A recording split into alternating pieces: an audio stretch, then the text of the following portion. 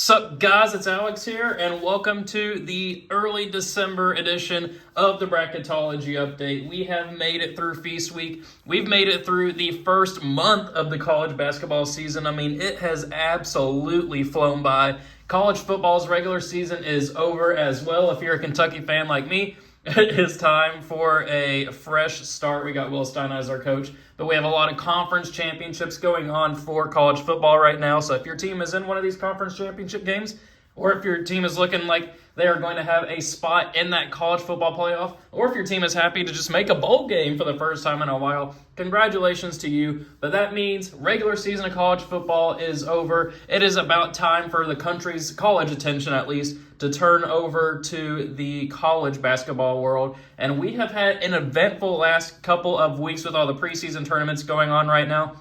We've had a couple of huge wins as well. UConn beating Illinois at home, and then they went on the road and beat Kansas. So big wins there for UConn.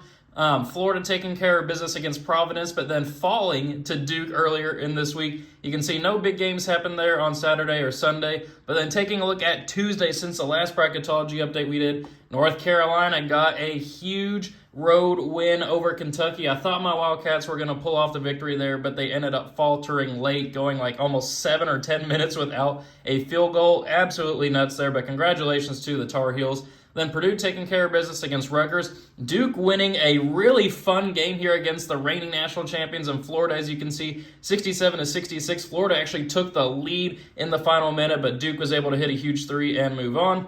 Then we have UConn beating Kansas, as I mentioned, on the road. Michigan State taking care of business against a previously undefeated Iowa team. Then Tennessee falling to Syracuse. Huge win there for the Orange. And then USC beating Oregon.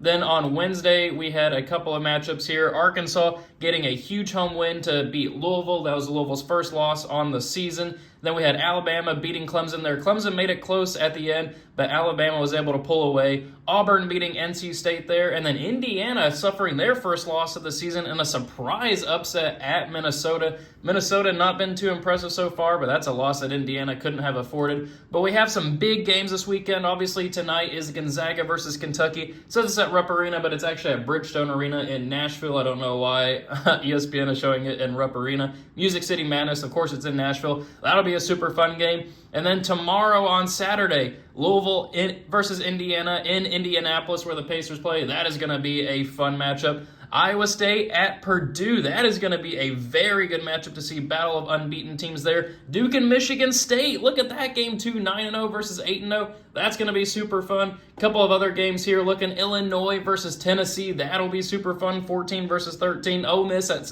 St. John's. Auburn and Arizona. Oh man, tomorrow is going to be a great day of college basketball, so keep your eyes peeled for that, which makes this Bracketology all the more important. A couple of teams, we haven't really mentioned Michigan so far in this Bracketology, but they are very good this year.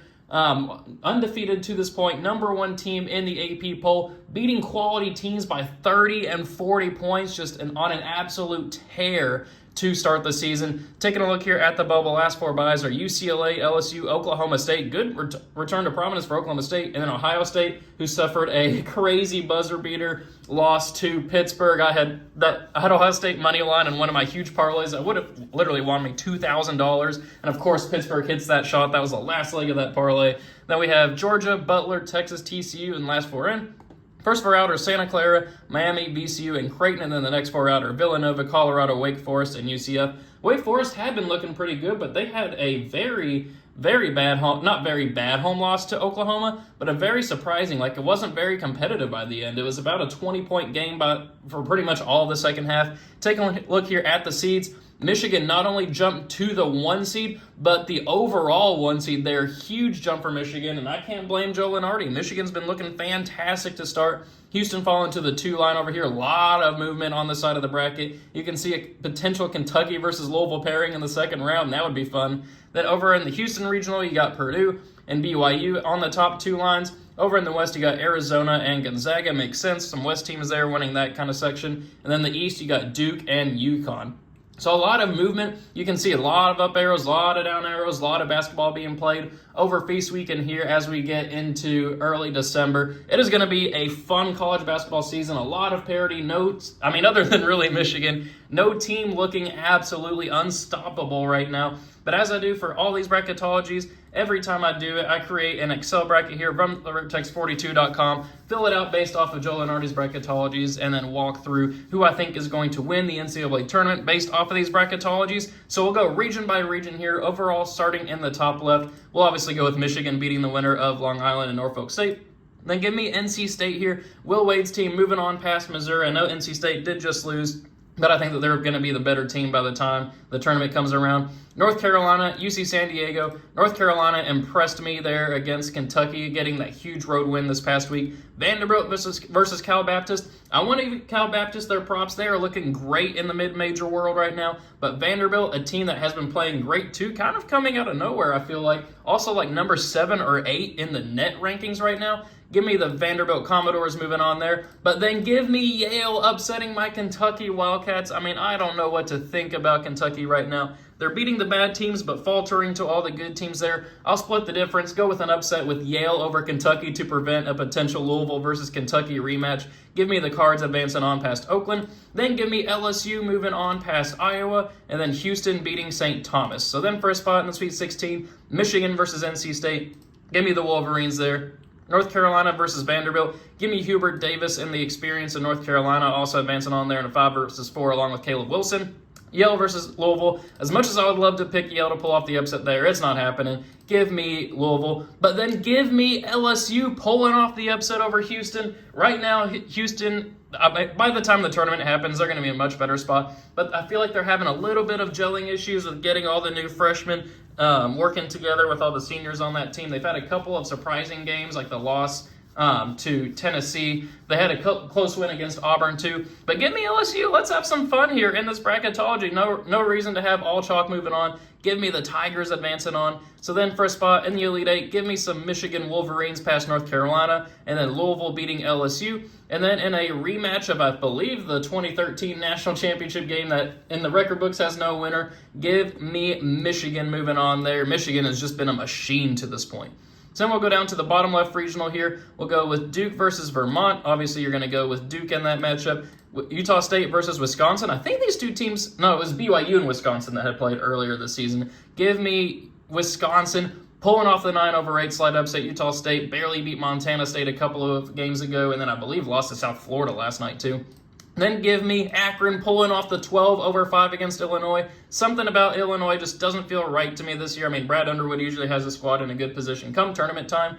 But give me Akron. Let's go with another mid-major upset. We'll have some fun in this bracketology. Give me Florida, though, advancing on past UNC Wilmington. Indiana versus Georgia and Butler. Give me Butler to beat Georgia, and then give me Butler to beat Indiana in a battle of the Indiana schools there. That would be really fun to watch. Give me Butler, though, moving on. Iowa State moving on past Northern Colorado. Arkansas to beat Virginia, and then we're going to go with UConn moving on past Quinnipiac, I believe is how you pronounce it. Then for a spot in the Sweet 16, Duke versus Wisconsin. These two teams have had some battles in the tournament late in the past few years, I guess decade at this point. But give me Duke moving on there. Florida versus Akron. Give me Florida moving on past Akron. Georgia, or I guess technically Butler versus Iowa State. Give me Iowa State moving on, along with UConn beating Arkansas in a battle of two really good teams as of late. Then for a spot in the Elite Eight, give me Florida, though, the reigning national champions. I think they'll be able to potentially hold Boozer to only 20 points in that game. The way they played in that second half very much impressed me. Taking the lead at Cameron Indoor on a neutral site here. Give me Florida pulling off the 4/1 upset. But then give me UConn to beat Iowa State, and then give me UConn to make the Final Four out of that regional. So now we'll move on to the bottom right one here. Arizona versus Tennessee State. Give me Arizona. Nebraska versus SMU. Give me SMU. I think we've gone with all 9 seeds so far. St. John's versus Belmont. Give me St. John's. Belmont cost me a couple of dollars in a couple of parlays when they lost to Richmond this past week. Give me St. John's there. Tennessee moving on past Tulsa. Then give me Texas Tech to advance on past St. Louis, along with Michigan State over ETSU. Baylor versus UCLA. UCLA's been a little disappointing, but I'll go ahead and take them there in a 10/7 slight upset over Baylor. These two teams I believe had both made the Final Four in 2021, something like that, the Johnny Juzang year. But when Baylor won the national championship, but give me UCLA pulling off the 10-7 slight upset, and then Gonzaga over Austin Peay. So then first spot in the Sweet 16, we'll have Arizona moving on here past SMU. St. John's beating Tennessee. That's going to be a fun matchup there. Texas Tech versus Michigan State. Give me Michigan State moving on and advancing on past Texas Tech. And then give me Gonzaga beating UCLA in a rematch of that crazy game where the half-court buzzer beater happened for UCLA. I believe Gonzaga, that's what happened. Gonzaga, Jalen Suggs hit that crazy half-court buzzer beater to beat UCLA, who went on the Cinderella run and then fell to Baylor ultimately. So in first spot in the Elite Eight, sorry I got sidetracked there, Arizona versus St. John's. Give me Arizona, but then give me Michigan State to beat Gonzaga. And then we'll have Michigan State advancing on to the Final Four out of that regional. It's going to be a big test against Duke tomorrow afternoon. But Michigan State has passed all tests with flying colors so far. Give me the Spartans there. Then our final region up in the top right, Purdue will beat the winner of Southern and Incarnate Wood. Clemson versus Oklahoma State, battle of the two orange teams. Give me Clemson there. Auburn versus High Point. Give me Auburn. High Point suffered a loss at home and a crazy ending. Can't remember who they played yesterday, but I bet another game where I had bet on High Point and lost, of course. Kansas will move on past New Mexico State. USC versus TCU in Texas. Give me winner of TCU and Texas advancing on there. So I do have both playing games advancing on to at least technically the second round. Then we'll have Alabama moving on past South Alabama, a little in-state matchup there. St. Mary's versus Ohio State. Give me the Buckeyes of Ohio State beating St. Mary's. Then we'll have BYU beating the Fighting Toothpastes. Then first spot in the Sweet 16, Purdue versus Clemson. Give me Purdue advancing on there. Auburn and Kansas. Crazy matchup here to be happening in the second round in a 5 versus 4. I feel like those two teams will be a little bit higher come tournament time.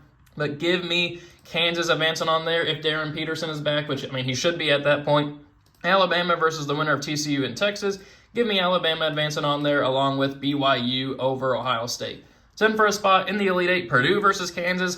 Big time matchup there, but give me Purdue. Alabama versus BYU. Give me Alabama moving on past BYU in a 3-2 matchup, which sets up a fun matchup here. Purdue versus Alabama. These two teams played earlier this season. I believe Alabama won, and I think they're going to win again. Give me the Crimson Tide of Alabama advancing on to the Final Four. So similar to my last couple of bracketologies, only one seed here in the Final Four. We have a 1 and a 2, then a 3 versus 3, so we're guaranteed to have a 3 seed in the national championship game.